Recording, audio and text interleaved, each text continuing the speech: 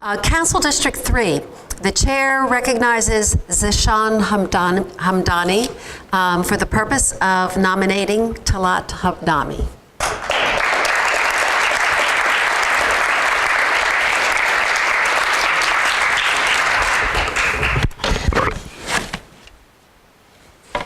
Evening.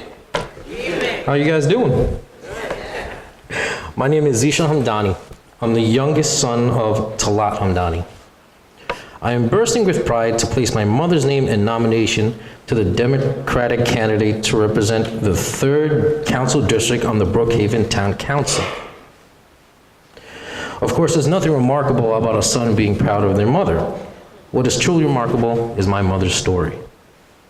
In her life, Talat Hamdani has responded with incredible bravery and unspeakable tragedy. The loss of her son, Mohammed Salman Hamdani, my brother. In the Urdu language, the word that younger brothers use to describe a beloved and revered elder brother is Baijan. That's why my brother, Dr. Adnan Hamdani, and I called him. We looked up to him and loved him deeply. Salman was both a New York Police Department cadet and an emergency medical technician.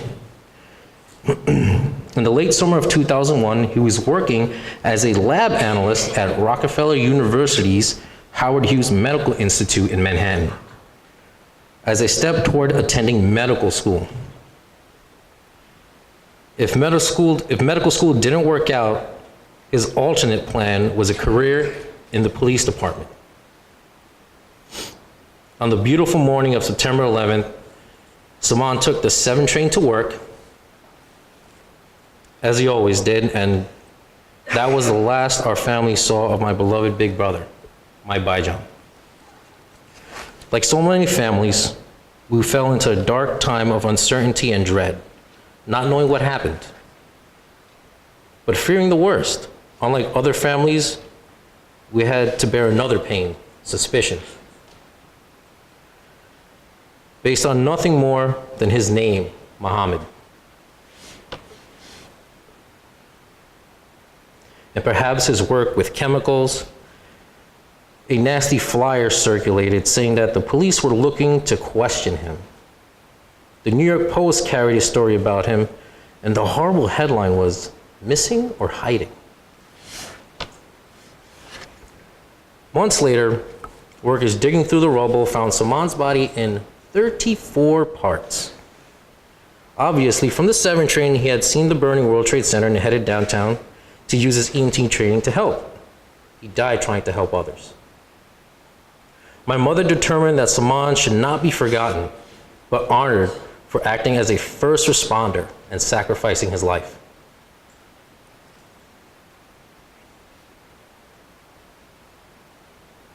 We were proud that Mayor Michael Bloomberg, Police Commissioner Ray Kelly, and our then Congressman Gary Ackerman, along with many others, attended Salman's funeral.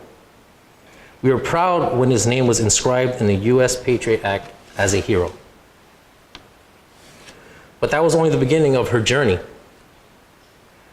Her effort not only to honor Salman, but to struggle against the Islamophobia that had so unfairly cast suspicion on him, even as his body lay below the smoking rubble of the towers. She stepped up as a frequent and eloquent witness against Islamophobia.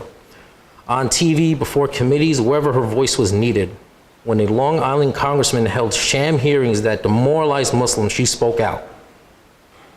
She has become a uniquely clear and fearless voice on one of the most difficult issues of our time: how to fight terrorism without stigmatizing an entire religion. In more recent times, she has balanced that mission with her roles as teacher and grandmother, as a peace activist, and as a loyal Democrat, working most recently on Peter Gershon's congressional campaign last year. Sadly, Perry didn't win, but it wasn't because my mother didn't try. She gave it everything she had. Now she's trying something different, running for her office herself. She knows the odds are steep, running against an entrenched Republican incumbent in a strongly Republican town. But she has faced steep odds before, and she hasn't backed down. She's unafraid.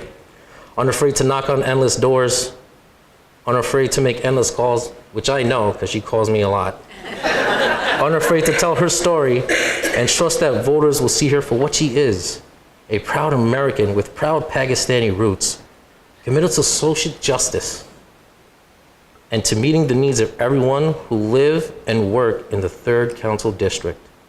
So I proudly place in nomination the name of my mother, Talat Hamdani.